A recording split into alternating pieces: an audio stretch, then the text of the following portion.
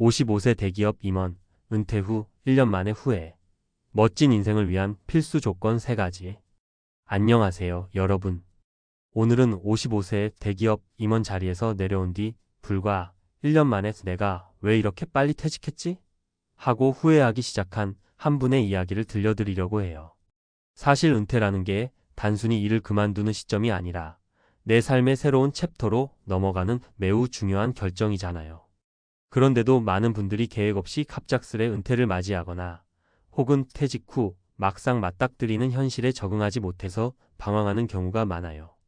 오늘 소개해드리는 이분도 55세의 대기업 임원으로 퇴직을 했습니다. 처음에는 이제야 내 인생을 살 수 있겠구나. 돈도 어느 정도 모았겠다. 쉬면서 내 시간을 즐기면 되겠다 생각하셨대요. 그런데 1년 뒤 본인은 자기 삶에 큰 공허함을 느끼고 내가 뭘 놓쳤을까?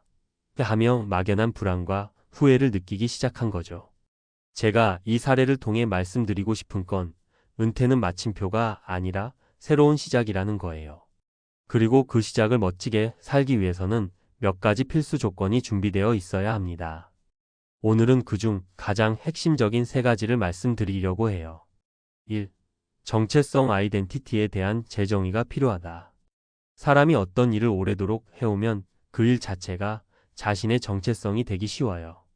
특히 대기업 임원이라는 타이틀은 사회적으로도 인정받고 경제적으로도 안정적이니 본인도 모르게 그 자리에 대한 자부심과 정체성을 굳게 다지게 됩니다. 그런데 그 일을 그만두는 순간 갑자기 내가 누구지? 내 가치는 뭐지? 하고 혼란스러워질 수밖에 없어요. 퇴직한 55세 임원분도 처음 34개월 동안은 이젠 마음껏 골프도 치고 여행도 가고 내 삶을 누리자 하며 즐거워하셨대요. 그런데 막상 6개월, 1년이 지나니까 점점 공허해지는 겁니다. 나는 더 이상 대기업 임원이 아니고 현업의 중심에서 결정권을 행사하던 사람이 아닌 거예요. 사회적 지위나 역할이 없어지니 사람들이 나를 어떻게 생각할까 하는 불안이 찾아왔죠. 그래서 은퇴 후 멋지게 사는 첫 번째 필수 조건은 나라는 사람의 정체성을 재정의하는 것입니다. 내가 어떤 일을 하든 직책이 있든 없든 나는 나라는 생각이 서 있어야 은퇴 후에도 심리적 안정과 만족감을 유지할 수 있어요. 사례 1. 김 부장님의 정체성 찾기. 김 부장님은 30년간 회사에서 영업을 담당하며 누구보다 실적이 뛰어난 분이셨어요. 하지만 영업 외에는 자신이 할 줄 아는 게 없다고 생각하고 평소에 다른 취미나 활동은 전혀 없었죠. 은퇴 후 회사에서 영업왕으로 불리던 자신이 사라지니 아주 무력감을 느꼈다고 합니다. 사람들이 자신을 더 이상 찾지 않을 것 같고 나는 누구인가? 라는 생각에 빠진 거죠. 결국 그는 은퇴 후 지역 사회에서 소상공인 멘토링 봉사를 시작하면서 영업 노하우를 전수해주고 후배들을 돕는 역할에 집중하기 시작했어요. 그 결과 나는 단순히 영업을 잘하는 사람이 아니라 사람과 사람을 연결하고 성장하도록 돕는 일을 좋아하는 사람이구나 라는 새로운 정체성을 찾았고 본인도 훨씬 활기차고 의미 있게 지내게 됐다고 합니다.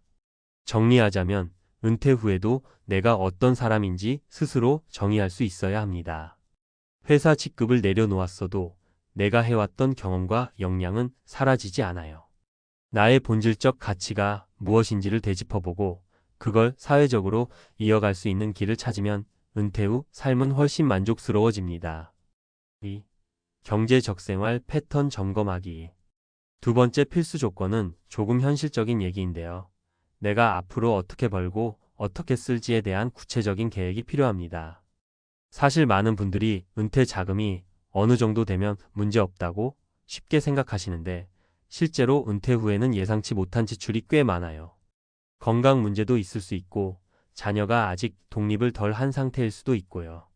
아까 그 55세 임원분의 경우도 본인은 이 정도 퇴직금이면 충분하다고 생각했지만 실제로 1년이 지나 보니 회사 다닐 때보다 더 많은 돈이 나가고 있는 거예요. 정년퇴직으로 얻는 연금이 있어도 가만히 집에서만 있으면 우울해지니 친구도 만나고 여행도 가고 운동도 하다 보니 돈은 예상 밖으로 쓰게 되죠. 게다가 대기업 임원 시절에 맞춰져 있던 생활 수준을 한 번에 확 낮추기가 쉽지 않습니다. 사례 2박 이사님의 생활비 통제. 박 이사님은 임원으로 퇴직하며 꽤 많은 퇴직금을 받으셨어요.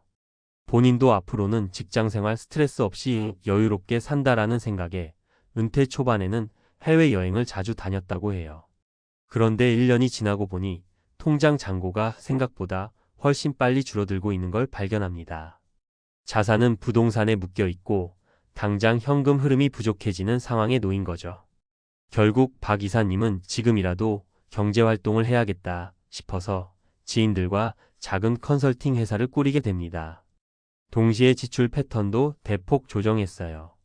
핵심 포인트는 미리 은퇴 전부터 내 퇴직 후 지출이 어느 정도 될지 예상 외 상황이 발생하면 어떻게 대응할지 마련했으면 훨씬 좋았을 거라는 거예요.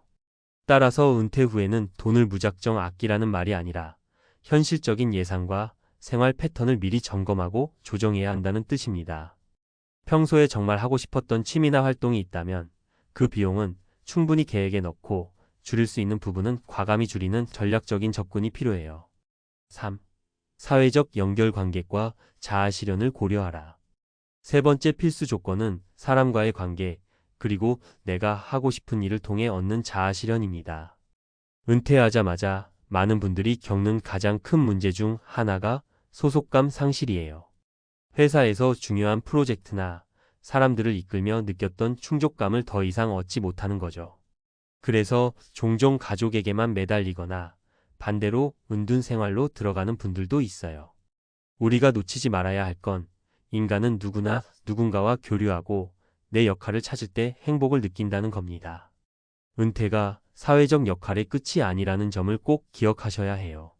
사례 3. 최 부장님의 인생 이막 커뮤니티.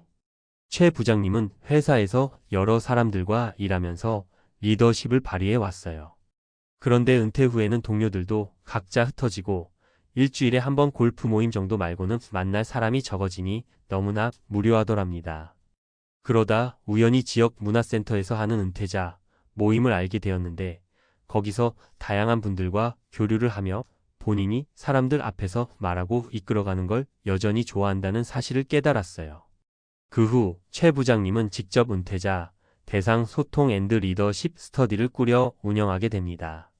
오히려 예전보다 더 많은 사람들을 만나고 다양한 삶의 이야기를 나누면서 지금이야말로 내 인생에서 더 풍성한 때라고 하시더라고요. 즉, 은퇴 후에도 내 역량을 발휘해 볼 수 있는 기회는 얼마든지 있습니다. 취미 활동을 하든, 봉사를 하든, 소규모 창업을 하든, 또는 동호회나 커뮤니티를 만들든 내가 세상과 연결되어 있고 소속감을 느낄 수 있는 창구를 찾아야 하는 거예요.